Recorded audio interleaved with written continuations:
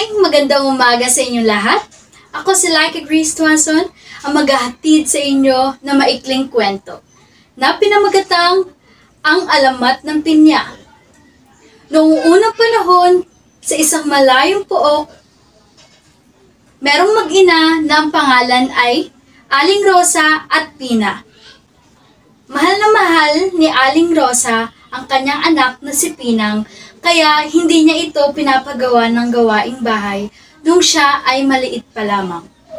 Kaya si Pinang ay lumaki sa layaw. Ngunit, nung lumaki na si Pinang, gusto na niya itong matutong gumawa ng mga gawaing bahay.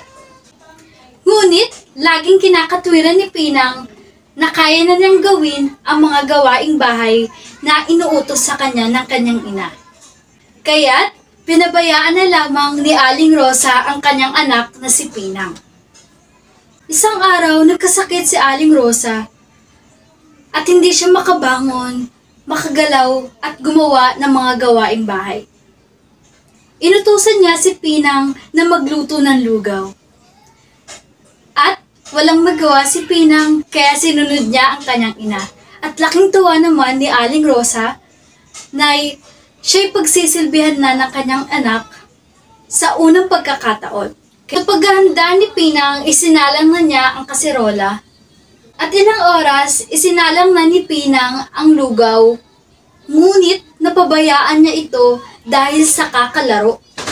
Ang lugaw ay dumikit sa palayok at nasunog. Nagpasensya na lang sa Aling Rosa dahil kahit papaano ay napagsilbihan naman siya ng kanyang anak. At tumagal ang sakit ni Aling Rosa, kaya't napilitan si Pina na gawin ang mga gawaing bahay at pagsilbihan ng kanyang ina. At isang araw, sa kanyang pagluluto, hindi niya makita kung saan nakalagay ang posporo. Kaya ito'y tinanong niya sa kanyang ina.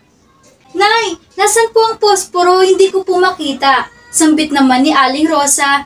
Anak, hanapin mo lamang dyan. Nasa kahuyan lamang natin yan. At sagot naman ni Pina, Nay, hindi ko pa rin po makita. Saan niyo po ba nilapag? At ilang oras ay nakita na rin sa wakas ni Pina ang posporo. Kaya't sinimulan na niyang lutuin ang lugaw para sa kanyang ina. At ilang oras lamang ay naghahanap na siya uli ng sandok. At tinanong na naman niya uli ito sa kanyang ina. Nay, nasaan po ang sandok? Saan niyo po nilagay? At sambit naman ni Aling Rosa, andyan lamang yun, sa gilid ng mga pingganan natin. Hanapin mong mabuti ang sandok. At sambit naman ni Pina, Nay, hindi ko talaga makita. Saan niyo ba nilapag? Dahil sa kakatanong ni Pinang, nayamot si Aling Rosa, kaya't nawika niya ito. Naku, Pinang! Sana'y magkaroon ka ng maraming mata upang makita mo ang lahat ng bagay at hindi ka natanong ng tanong sa akin. Dahil alam ni Pinang na galit na ang kanyang ina, umimik na lamang siya at muli hinanap ang sandok upang masimulan na uli ang kanyang niluluto. Kinagabihan, wala si Pina sa kanyang bahay. Tinatawag niya ang kanyang anak, ngunit walang sumasagot. Sambit niya, Pina, Pina, nasan ka na? Napilitan siyang bumangon at maghanda ng pagkain.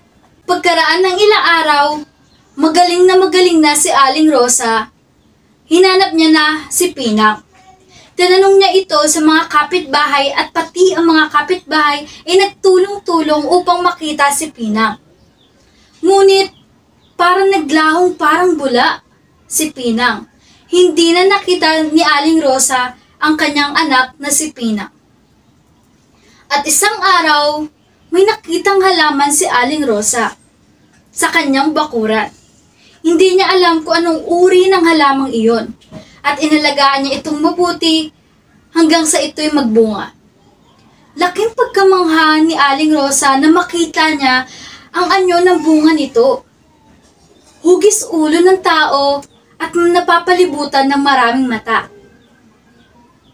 Biglang naalala ni Aling Rosa ang kanyang binanggit sa kanyang anak bago ito mawala.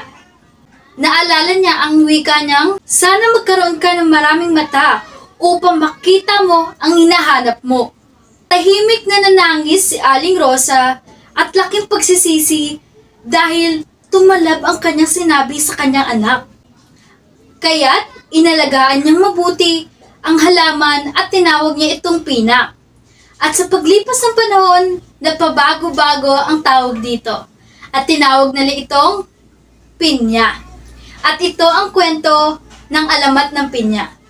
Maraming salamat sa inyong pakikinig. Muli, ito ang kwentong Ang Alamat ng Pinya. Sana'y kayo merong natutunan. Maraming salamat sa inyong pakikinig.